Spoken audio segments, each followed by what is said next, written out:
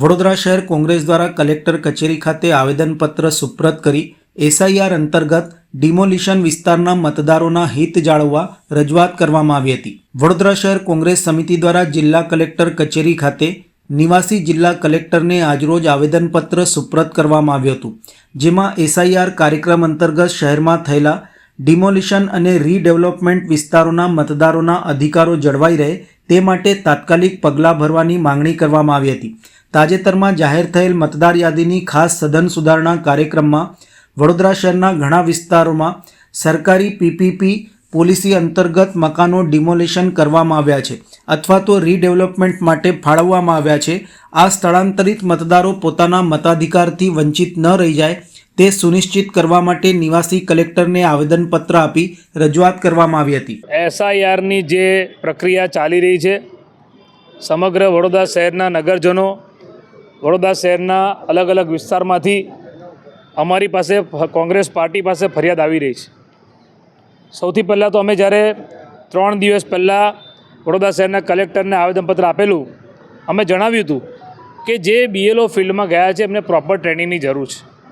અમે એવું નથી કહેતા કે બીએલઓ જવાબદાર છે, પણ જે કેન્દ્ર ચૂંટણી પંચ અને કલેક્ટર ઓફિસથી એ લોકોને જેને ટ્રેનિંગ આપવામાં આવી એ ટ્રેનિંગમાં કંઈ ખામી રહી ગઈ લાગે છે।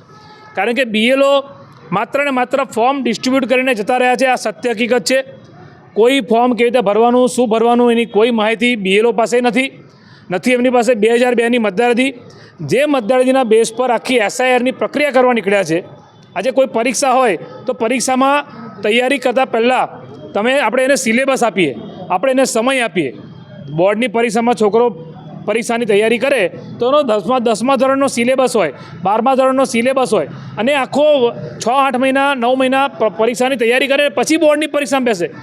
આ તો આ લોકો તો ચાલો લાવો ઘોડો ને કાઢો વરઘોડો એમ કરીને કલેક્ટર ઓફિસથી જે બીએલઓને ટ્રેનિંગ આપવા આવી છે એ ટ્રેનિંગ ખામીયુક્ત છે, જેના કારણે એ બીએલઓ એક બૂથમાં જ્યાં 1200 મતદારો છે ત્યાં એ લોકો પહોંચી નથી વળતા।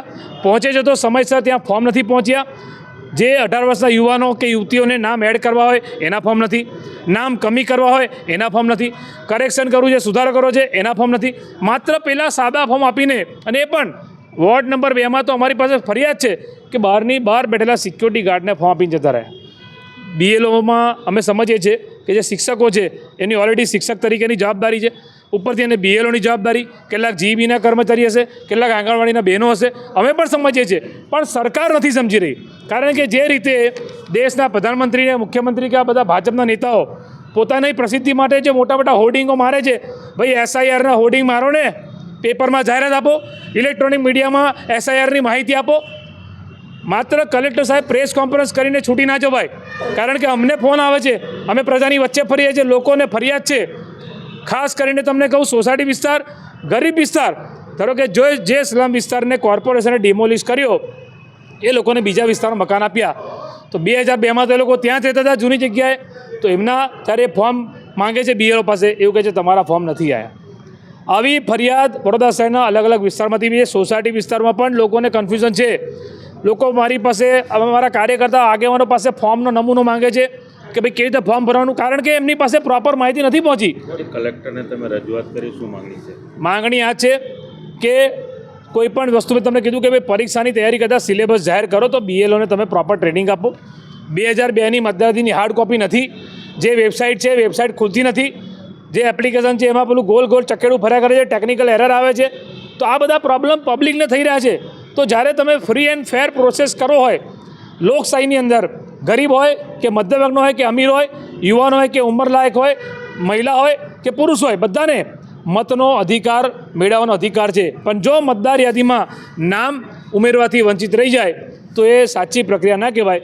અને અમે આજે જે રજૂઆત કરી છે કે ભાઈ એક તો આવતીકાલે 2 દિવસ 15, 16 અને 22, 23 જે શનિ રવિ બીએલઓ સ્કૂલોમાં બેસવાના છે। આપણા માધ્યમથી જણાવવા માગું છું કે જે પણ વડોદરા શહેરનું નાગરિક, એમનું મતદાન મથક જે સ્કૂલ છે, તમારા મતદાન મથકો પર આવતીકાલથી એટલે શનિવારે રવિવારે 2 દિવસ 15, 16 અને 22, 23 બીએલઓ બેસવાના છે। એમની પાસે જઈને તમે તમારા ફોર્મની માહિતી જો તમને ભરતા ના આવડે તો તમે એને ભરો।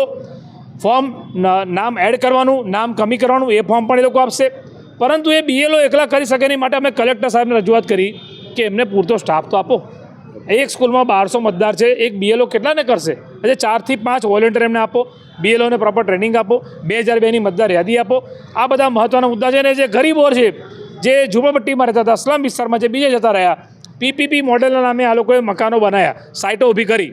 તો એ PPP મોડેલના કોર્પોરેશન પાસે ડેટા તો હશે ને, કે તમે કઈ ઝૂંપડપટ્ટી તોડી છે, કયો સ્લમ વિસ્તાર તોડ્યો, એ લોકોને મકાન કઈ આપ્યા, એનો ડેટા કોર્પોરેશન પાસે છે. તો કોર્પોરેશન બધાના ઘરે આ ફોર્મ પહોંચાડે અને મતદાર યાદીમાં નામ એડ કરાવે, એ અમારી માંગણી.